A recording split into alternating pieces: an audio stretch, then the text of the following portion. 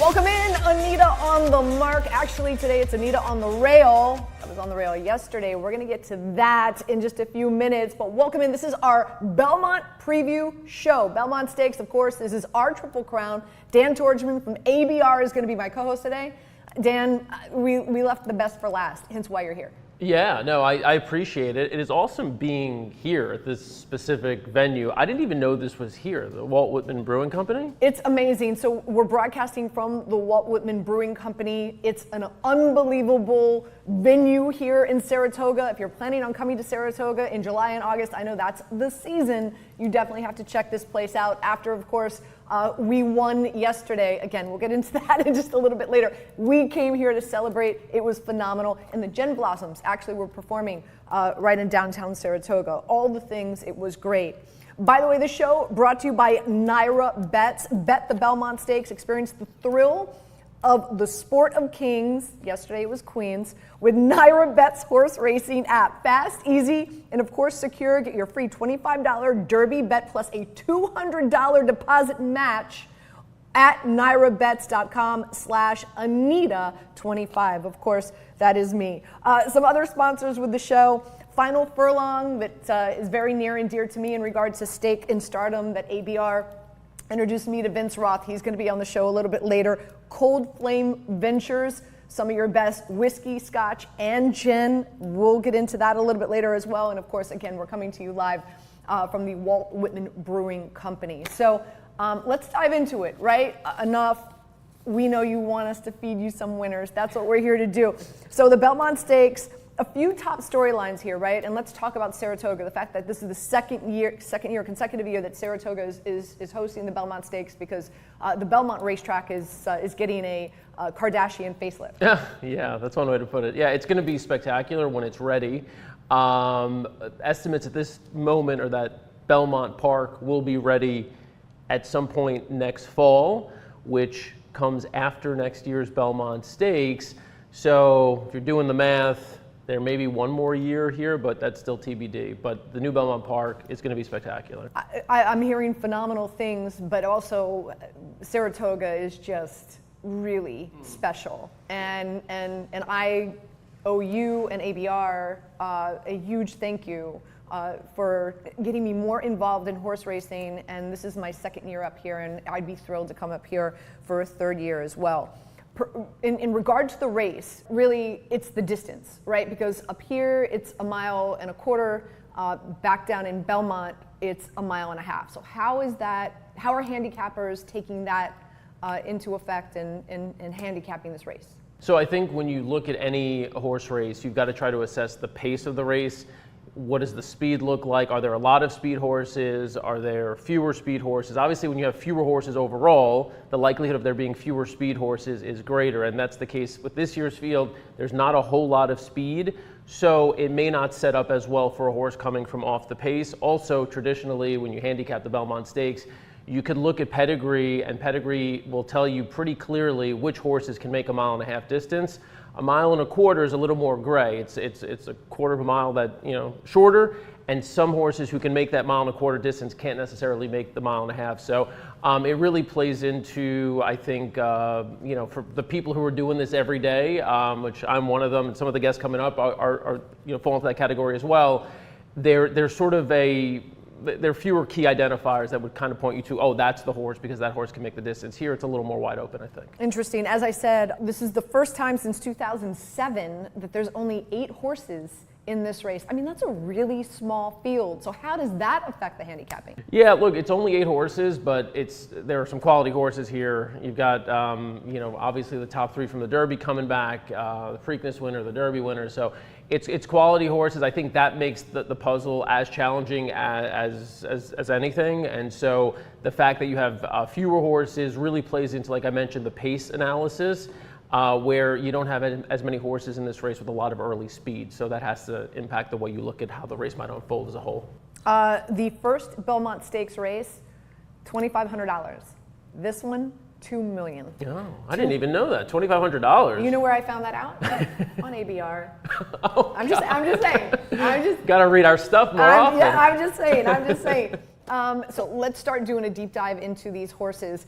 And probably the biggest storyline, right, is Sovereignty against Journalism, right? You've got Sovereignty, the winner of the Derby, Journalism, the winner of the Preakness, and now they come together and it's, you know, horse against horse at the Belmont Stakes. No Triple Crown at stake here, but nonetheless, two really phenomenal horses going at it.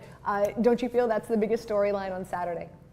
Yeah, look, really nice horse. Obviously, won the Fountain of Youth Stakes at Gulfstream Park, then came back after that big effort and was just a touch short in the Florida Derby, then comes back and runs this massive race in the Kentucky Derby. My only concern with Sovereignty is that he ran a career best race, and the last time he ran a career best race, he kind of regressed slightly, kind of took a slight step back. So that would be my only concern with him, but it's the Derby winner coming in fresh. He didn't have, you know, all that added, you know, stress of having to run in the Preakness. They took that race off. So he comes in fully rested, and his main competition, Journalism, as you know, has run the Derby and the Preakness. So he may be a little worse for wear, not Sovereignty. So if you want a fresh horse, he's the one. And you talk about Journalism again. Journalism won the Preakness, so I think that's the big storyline, right? The winner of the Derby, the winner of the Preakness, and they meet again here at the Belmont Stakes at Saratoga. But as you said, third race in 5 weeks. Like, how much more gas does this horse have in its tank? We'll find out. I mean, I think he's freakish. I think he has the ability to be a generational talent. I really do, especially with the way he won the Preakness. He had issues with, you know, he bumped. He went through a tight hole. It was really a very, very precarious ride and journey for him, and he made it out of that race and got up in time. I think he's freakish. He gobbles up ground like not many horses I've seen before. So I like Journalism a lot. Would I be surprised if he didn't run his A race? No. I think even if he runs his B or C race, he still finishes in the top 3. He's coming out of the 7 post, and the horse that I want to talk about the most is Baeza. Coming out of the 6th slot, and arguably has the best jockey on his back in flat. Came in 3rd in the Derby, but has the potential to maybe pull the upset on Saturday. So what are your thoughts on Baeza? Look, the only thing I don't like about Baeza is that everyone likes Baeza. Baeza is the buzz horse. He is the horse of the moment. He's 4-1 morning line. I guarantee you his price is going to be shorter than that. I think he's going to be closer to 5-2 or 3-1. And at that price, I don't really want him. I think he has every shot at taking advantage of the fact that he is the one on the rise, and horses like Sovereignty and Journalism may take a slight step back here. But for me, I'm going to kind of avoid this horse in the win spot just because I think his price is going to be a touch short, but incredibly talented. He does need a little bit of pace set up in front of him, so we'll see how the pace sets up, if there is speed for him to run into. But I think Baeza is a legit horse. I just don't want him at a short price. Got you. All right, let's talk about some of the other horses that are going to be shredding their stuff, no pun intended. Rodriguez, coming out of the 3 post, now had a foot injury, so got scratched in the Derby, wasn't healthy enough for the Preakness, but won the Wood Memorial. So, and from what I understand, this is the speed horse in the race. Yeah, correct? So he should be the main speed. There's a horse named Crudo who was a late entry who also has speed. So that's the X factor, right? Does Crudo make Rodriguez work for it? Is Crudo potentially faster than Rodriguez? We don't know. We haven't seen them together. We haven't seen much of Crudo, to be honest. So Crudo could be a horse that really makes life difficult for Rodriguez. If Rodriguez gets loose, is out on the front, gets to the lead, doesn't face any pressure, he becomes a little more dangerous. But I do think Rodriguez is a touch below these. He's been up against Journalism before, and Journalism easily beat him. So I'm not enthralled with Rodriguez, but I think he has a shot to at least hit the board, finish in the top 3, if he doesn't face as much pressure from Crudo. And he's a Bob Baffert horse. Bob Baffert looking for his 4th win here in the Belmont Stakes. Hill Road, coming out of the 1 post, Chad Brown horse, likes this distance. Irad will be on his back, and this is more of like the closer in this race, right? Yeah. Oh yeah. First of all, I love Hill Road. Okay. So this would be Good to know. This would be my long shot. This horse is 10-1, and you're going to get, I think, every bit of 10-1. Irad, as you mentioned, taking the ride here for the first time. When he takes over for anyone, it's a massive upgrade. He's taken over for Flavien Prat, who's probably 1A to Irad. But this is a horse who wins the Peter Pan Stakes last out. In his 2-year-old season, rallied from off the pace to finish 3rd in the Breeders' Cup Juvenile, which is a big race at the end of the year. In his races where he hasn't won, he hasn't had any pace set up at all. They've been very slow races. I'm hoping that Crudo and Rodriguez ensure a solid pace. And I think Hill Road, aside from Baeza, is the fastest improving horse in this race, and you're going to get a price that's 4x what you're going to get on Baeza. All right, I'm circling him. Yep. This is Dan's guy. This is my horse. This is his horse, guy. I will make one guarantee. This horse will finish in the top 4. Now, that may not do anything for you, but if the horse runs his best possible race, sovereignty and journalism regress slightly, I think Hill Road finishes 2nd or 3rd. Heart of Honor coming out of the 8-post, English-bred horse, and a very interesting story because of the father and daughter combination, trainer, jockey, and Safi Osborne, if this horse was to win, will become the 2nd female jockey ever to win here in Saratoga at Belmont Stakes. So anything you like of Heart of Honor? No. I like the story. Just a great storyline. It's a great storyline. You know, pulling at the heartstrings. Yeah. Father and daughter combination. I mean, the horse finished 5th in the Preakness, well beaten, and you've got 2 other monsters joining this field. I don't see Heart of Honor making up. You mentioned Crudo, a Todd Pletcher, one of 2, Uncaged and Crudo are both Pletcher horses. Crudo, son of Justify. This is a horse, again, you mentioned the speed. Some people feel could go wire to wire, possibly. Yeah, look, I think it's going to be tough if the horse gets out to the lead, and if we see the track like last year's Belmont Stakes, we saw the track playing to speed. So a horse like Dornoch, who got to the front, went fast, was able to stay there, stay on the rail. It all depends on how track dynamics work out on Saturday. If the track benefits speed, if it's playing in favor of speed horses, a horse like Crudo could stay up there for a while, but he has a lot to prove. Same thing with Uncaged. I mean, there's just a big leap either one of those horses would have to make to really be in contention here. All right, so I'm walking away thinking Hill Road, possibly win, place, show. We'll see if he runs his best race. We still have a lot more coming your way. Giddy up, baby. Mark DiLorenzo is going to be joining us next. We'll have him take us to the window as well. And we've got a slew of guests. We're getting you locked and loaded for the Belmont Stakes.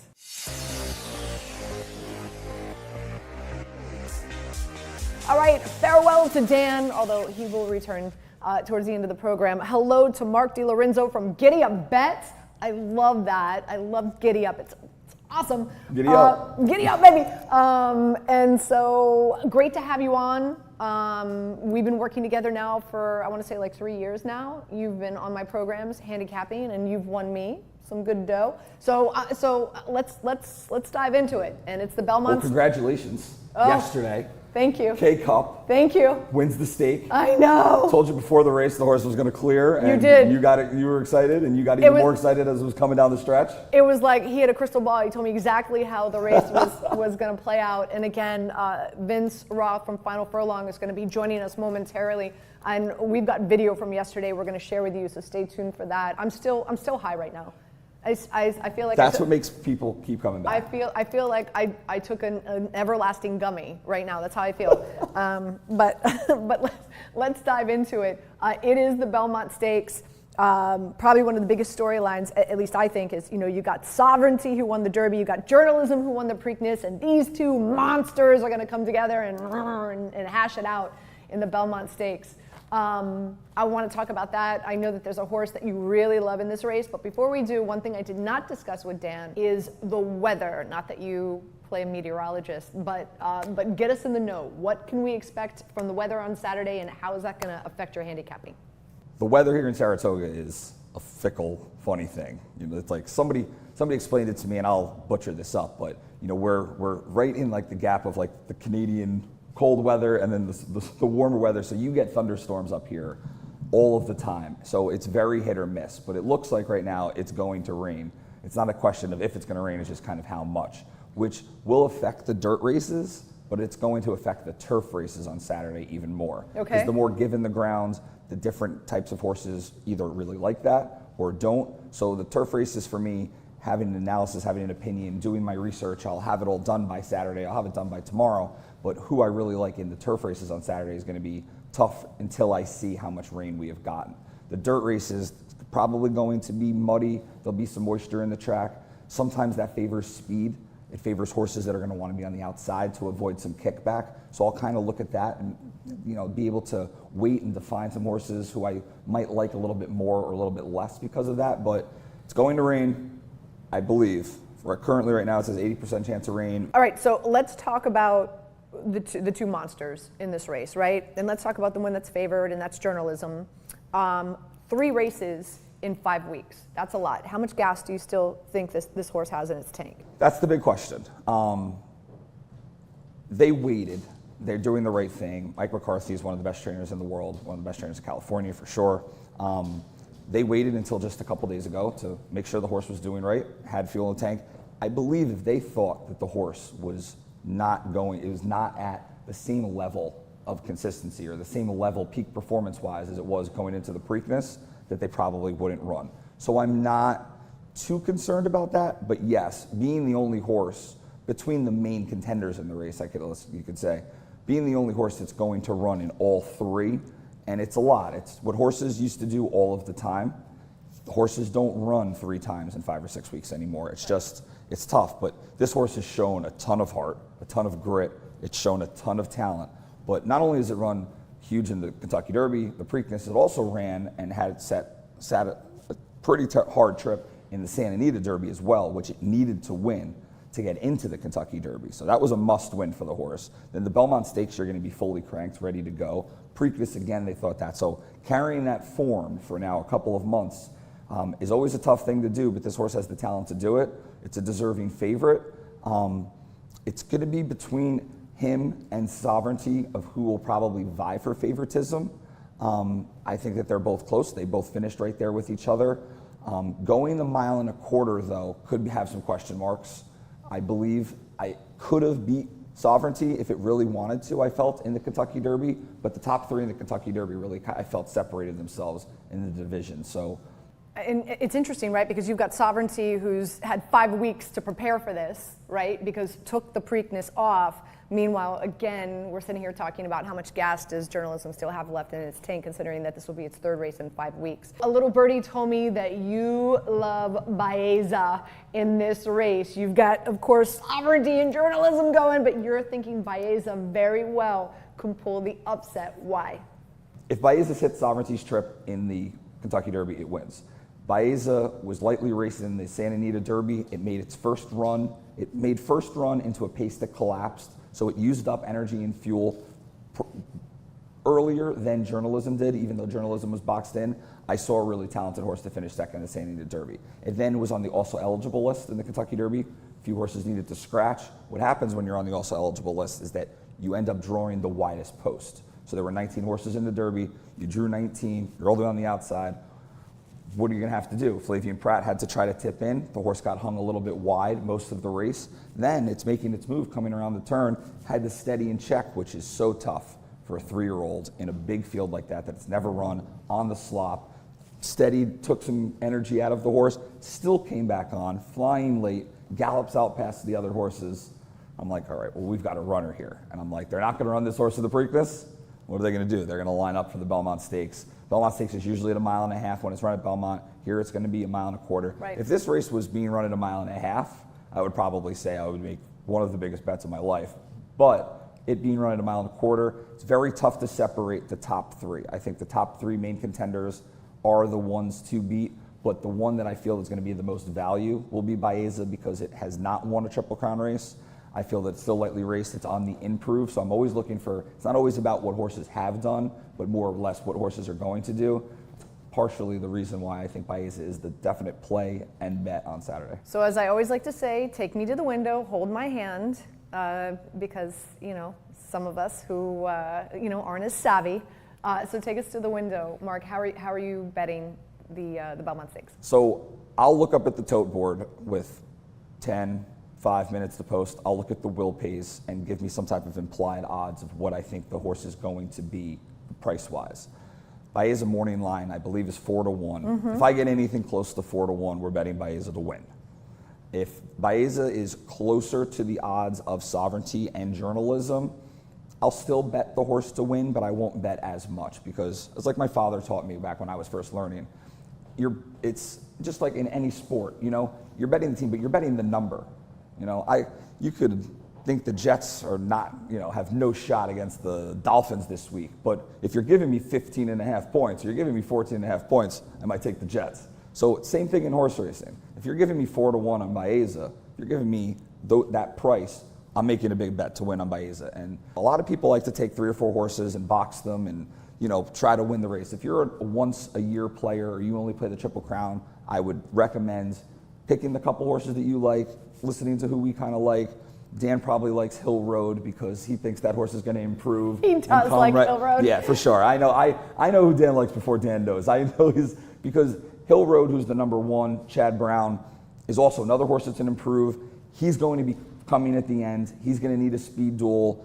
He just, I don't think, has the same caliber quality level as the others. That could prove me wrong, but that horse is a horse that you could use underneath. I don't think the horse is going to win, but walk me to the window, go back to your original question. Baeza to win, and then, like I said, for me, I play every day. I'm going to use that horse on top. So if that horse doesn't win, I'm not winning any money. Wow. A lot to digest there, of course. Last thing, really quick before we let you go, I always like to give our viewers, our listeners, a little bit of coin. Like let's send them into the Belmont Stakes. Add the account. Exactly, playing with some house money. Is there a horse? Is there a race that you really love prior to the Belmont Stakes that people can possibly win and then use those winnings for the Belmont Stakes? Yeah, you got to print a little money. You got to pad the account a little bit to get into the bigger races. That's my style. The turf, like we just went over with the weather, the turf races are a little tricky for me to fully digest. I could have some opinions in those earlier turf races, but I really want to see how the weather plays out, how the track is playing. The track definitely favored speed the first day of racing on Wednesday. It's going to sound a little bit chalky or a little bit like favoritism, and you're not going to get that big of money. But padding the account, I am all in, chips all in on Fierceness in the Met Mile. White Barrio has won the Whitney on this track. White Barrio won the Breeders' Cup Classic. White Barrio is very, very talented. White Barrio is now a 6-year-old. We've seen his peak races. I know what his tops are. If he runs one of his peak races, he might win. He's going to be a favorite over Fierceness, I believe, but I like to take similar analogy to Baeza. I want horses that are going to be on the improve. It's not so much about what they have done, what they're going to do. Fierceness was the best 3-year-old, was one of the best 3-year-olds in his class. He didn't sit the right trip in the Kentucky Derby. I also think that the 1-turn Met Mile distance is going to come out of the Wilson chute at Saratoga is a perfect distance for him. Draws the rail, going to get out there. He'll be out in front, and it's going to be catch me if you can, and he is a freakish type animal. I've seen him in the mornings the last week. He's gotten bigger, better, stronger, probably be even money, but I'll play doubles, exactas, trifectas, win. We'll be all in on Fierceness. And what race is that? That's race, I believe, 8 in the Met Mile. Fierceness leading into Baeza. That's how Mark DiLorenzo from GiddyUp Bets is playing it. Thank you for joining us on the show. Really appreciate it. Wealth of knowledge right here. This gentleman has won me a lot of money. But with that being said, let's take a look at our sponsors, all our phenomenal sponsors who are helping make this show happen. Our Belmont Stakes preview show brought to you by NYRA Bets. Bet the Belmont Stakes and experience the thrill of the sport of kings. With NYRA Bets horse racing app, it is fast, easy, and secure. Get your free $25 Belmont bet plus a $200 deposit match at nyrabets.com/Anita25. Also, America's Best Racing, Final Furlong, my connection with them in Stake and Stardom, You Go, K-Cup, Cold Flame Ventures, Good Intentions in a Bottle, Wing Woman Reserve Whiskey, a 9-year-old Scotch, also have an 8-year-old Scotch whiskey as well. A portion of their profits benefits and supports anti-human trafficking organizations. By the way, the 8-year-old Scotch whiskey was a finalist at the 2023 Scottish Whiskey Awards. And Il Dottore Gin, a sippable Italian gin that benefits and supports autism causes, specifically Sophia's Mission in New Jersey. That gin was also awarded a gold at the 2023 Bartenders Spirits Award. Both brands are available at events.thespirits.shop. All right, joining us on the program, Will Krager, owner. This establishment is unbelievable. It's the Walt and Whitman Brewing Company. First of all, we love shooting here. It's awesome. Not to mention, after our win yesterday with K-Cup, we came here immediately to celebrate. Food, beer was great. Service was awesome. Talk about this establishment and how it came to be here in Saratoga. I think we're a space that's really about, two things. I'd say like craft and community. It's a spot where you get all types of people from the community come in, young families, young professionals spending their day in that cafe, getting the day started, and then it's great to see people spend their entire day here with us and come to the brewery at night, right? I love, it's coffee in the morning and then it's beer in the afternoon and the evening. I love that concept. We really see a meld of the two cultures, right? And it allows the space to really flow, I think, very easily and makes it a very approachable kind of laid back feel that makes people, we believe, feel at home when they come into Walt and Whitman. Well, listen, July and August is going to be insane up here, right? Like every Saturday, the track, it's a thing, and people, I know a ton of people down in New York and New Jersey, they flock up here. A lot of them rent a home for the month. How excited are you for this year's season? Oh, we're thrilled for this year. We love track season every year. This year especially, we are going to have 2 of our beers over at the track pouring at restaurants over there, and then we'll also have a booth where we'll be set up pouring our beers as well for the summer. So we're really looking forward to this summer in particular to really grow the brand as a small local brewery. Yeah, I mean, it was awesome being at the track yesterday. I had a few of your beers while I was there, and they were absolutely delicious. In celebration. So, so with that being said, I love your life here, right? Having this great establishment, and of course, heading to the track. And you said you were at the track earlier today, and you saw Baeza while you were there. Do you have a horse that you fancy coming up on Saturday? Yeah, I love Sovereignty in the race. The Motts are good friends of ours. They've trained horses for us before, and so I'd love to see them be able to do it at their home track in Saratoga. So you're going with Sovereignty? I'm going with Sovereignty. It's going to be fun. There's no denying that. Will, thank you so much for being so gracious, and what a great venue for us to film this show. And for everybody out there, you're planning a trip to come up to Saratoga. This is a must-stop destination for your coffee and your beer, and to celebrate. Hopefully, you will be a winner as well. Will, thank you so much. Thank you. Absolutely. All right, I have a special guest joining us, and it is Vince Roth from Final Furlong. Again, our connection, America's Best Racing, began Stake in Stardom and bringing a lot of broadcasters such as myself, I work at ESPN, and aligning us with stables. And so God bless, they were like, Final Furlong, all about the fillies, Anita, woman power. I think you'd be great with Vince and Final Furlong. And so here we are, and we're like 2 years in. Yeah. We finally got a winner yesterday. We've been close a couple of times. I think you've gotten a third and a second and then a third again. And I am still high from yesterday. And just so folks have a really clear understanding of exactly what we're talking about, K-Cup won race 6 yesterday. Take a look. They're in the gate. They're off in the Bowery. She's moving. Inside the 8th pole, and K-Cup has taken command. Let's go, baby! Let's go! And run by Bernie and the Rolls. K-Cup, a promising filly indeed, pulls clear to score by 3.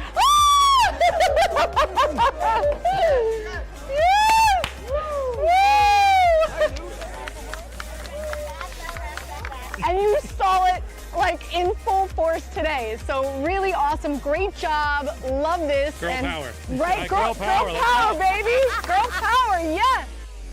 I mean, how cool was that? bucket list. Okay, I mean, absolute bucket list. It was unbelievable. I mean, what was it like for you? I mean, we've been there before, like we've won races before, but you know, it's always special at Saratoga, stakes race. We had a lot of partners there. We actually just put together a new offering the other night, so we've gotten, you know, flooded with inquiries on our website already, but just to be there at Saratoga, the special day, Belmont Stakes schedule, New York showcase, and then to win the stake, I mean, you saw it. It was great. It was unbelievable, really. And I've had a few people ask me, okay, what now, right? What happens now, right? Like, I know your staff, your team, trainers, keeping a good eye on her, making sure that she comes out of this race okay. Fingers crossed, everything good. Yeah, she was super happy this morning. We went, you know, early this morning over to the stable and gave her a pet on the nose. She looked very happy. You know, what's next? We leave that up to the trainer and my partner. He's very good at selecting the races that they hit next. We have some big ideas, though. We had Mark DiLorenzo on the show earlier, and he asked me if she's going to be in the test. I like, there's some big expectations for her. There's some big expectations for her. From your lips, we'll say. I mean, we love Saratoga. Clearly, she likes the track. If she gets in that race, I will be very excited to do this again with you. Yes, because I will definitely be up. Before we let you go, let's talk about Final Furlong, right? Like, I know what my experience is, but kind of explain to the folks out there what Final Furlong is about and how you really select your horses. Yeah, I mean, well, I have my partner here. I'll go through the whole selection process of the horses, but I'll give you a brief, you know, rundown. A lot of people think being involved in horse racing is unattainable, or it's the rich man's sport. I mean, that's, you know, changed over the years with syndicates like ours that allow partners in at smaller percentages. So we have partners that own 3, 5, 10% of fillies and get the, hopefully every time, the great same experience like you had yesterday. It was a great experience, but I would love to talk to your partner. Let's get him in. Before that, I brought you a gift. You did? I did. Look at I this. think it'll look great on you. Oh, wow. You're the first one to get one. I love it. I love it. We should have had you on first. I would have worn it for the show. That's all right. Next time. Thank you so much. You got it.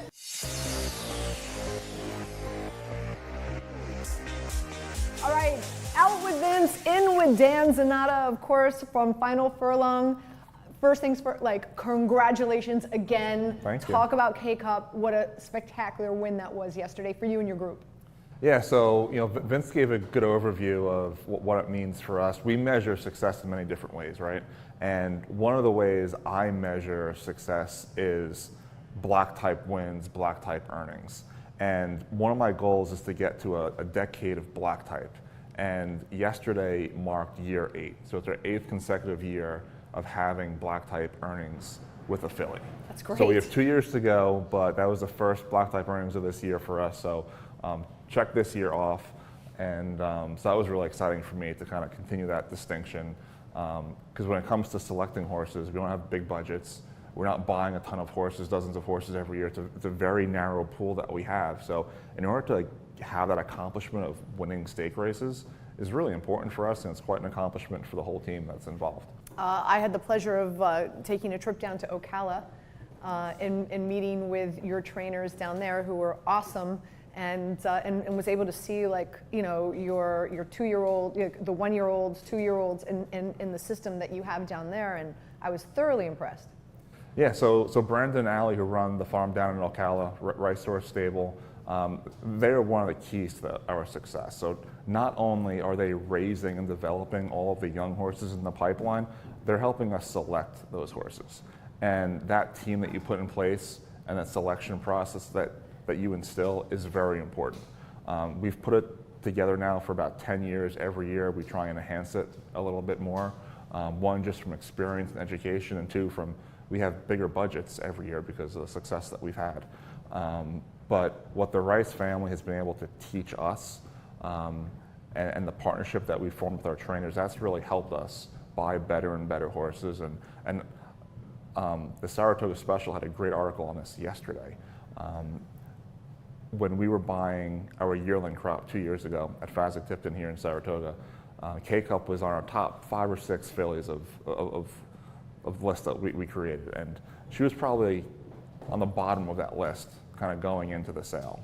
And the last day of the sale, we kept on looking at the top 5 or 6 horses that we liked, and every time we saw her, she moved up, and we upgraded her in our grading system, and we liked her more and more, and I was probably the most critical of her, and the Rice family kept on pushing me, like, no, Dan, like, this is the best horse, this is the best horse, and they were right. And we ended up buying her. She ended up being our kind of favorite filly in the sale, and to have a stake win at Saratoga as a 3-year-old, it makes that whole process worth it. It's interesting being a part of your group now for 2 years. It's become more evident to me. You could have, the best horse, but the stars have to align properly, right? From like the horse being healthy, the track, the weather, the jockey, the post. Like so much has to go right in order for your horse to win. Yesterday was just, again, a very magical moment and a bucket list for me. And I thank you and Vince for allowing me to be a part of it. Thank you so much. Before we let you go, folks listening, folks watching, if they want to learn more about Final Furlong or how they can invest in your horses, how can they do that? Sure. Go to finalfurlongracingstable.com. It has all of our contact information. It has our latest offerings. It has our full list of stable members and the horses that we have running. And reach out to us. We're happy to talk to you. And you can go to Go Final Furlong on X platform and communicate with Vince there. And we'll be happy to bring new members into the family. Fantastic. Thank you so much. Really appreciate it. We're going to bring Dan Tordjman back. Just to recap, again, how he's playing which, by the way, how are you playing the Belmont Stakes? Who's your horse? Who do you like on Saturday? So I think I'm going with the front-running Speed. Baffert Speed in the Belmont I think is dangerous. I might play against the 2 favorites and go with the Baffert horse. Rodriguez. Yeah. Okay, we'll have Dan Tordjman come back in set with us, and we'll get his picks and plays heading to Belmont next.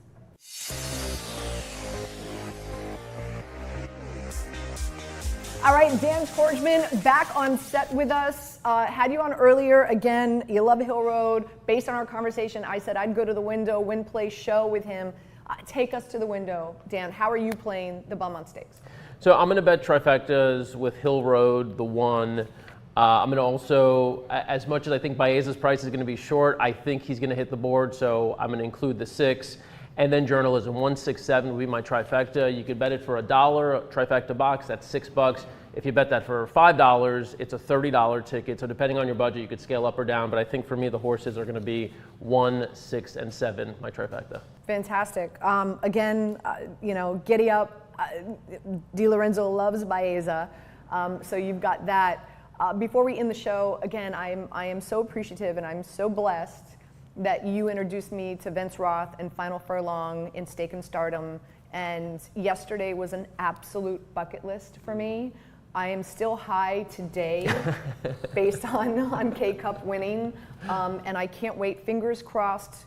Health-wise, she's great. She came out of this race well, and Final Furlong will have her ready to strut her stuff again come sometime in August, and I'll definitely be back up here in Saratoga. That's awesome. Hopefully celebrating again with you and ABR. Thank you, my friend. Yeah, no, it's awesome. And look, it genuinely brought us joy to see you there, to have the cameras on you for that moment, to capture it. I mean, that's like having like a recording of your wedding or your baby's first pictures, right? Like this is my thing that we birthed, right? Like we created this relationship and this connection with this horse, and taking your followers and the people who turn to you for sports news and information on that journey is valuable to the world of horse racing. We appreciate it as an industry and as a sport. So thank you for opening yourself up to it and being a part of it. Thank you. And so in ABR, you guys actually shot a package, a story around Vince and I yesterday. When and where will that be available? Yeah, you can watch the full piece. I think we've got a preview here that you've seen, but you can watch the full piece here probably by Friday or Saturday. If you're watching this, it's late Friday, early Saturday. You could go to americasbestracing.net, check it out there. Also check out all of our social media channels, ABR Live on X or at America's Best Racing on Instagram, TikTok. Fantastic. Yeah. So again, just want to give a big shout out to our sponsors, NYRA Bets. Bet the Belmont Stakes. Experience the thrill of the sport of kings and queens with NYRA Bets horse racing app. Again, fast, easy, and secure. And here's what's special. Get your free $25 Belmont Stakes plus a $200 deposit match at nyrabets.com/Anita25. How great is that? So thank you, NYRA, for teaming up with us. Also, Final Furlong, as well as Cold Flame Ventures, and of course, phenomenal venue here, broadcasting at the Walt Whitman Brewing Company. Hopefully we can do this again because this place is awesome. If you're heading up to Saratoga at all this horse racing season, this is a place you absolutely must come to. I want to thank all our guests, and a big shout out to our producer, Anthony Moran, who's phenomenal, just really great, and did a great job setting up our set here. Everybody, good luck at the Belmont Stakes, and we'll see you soon.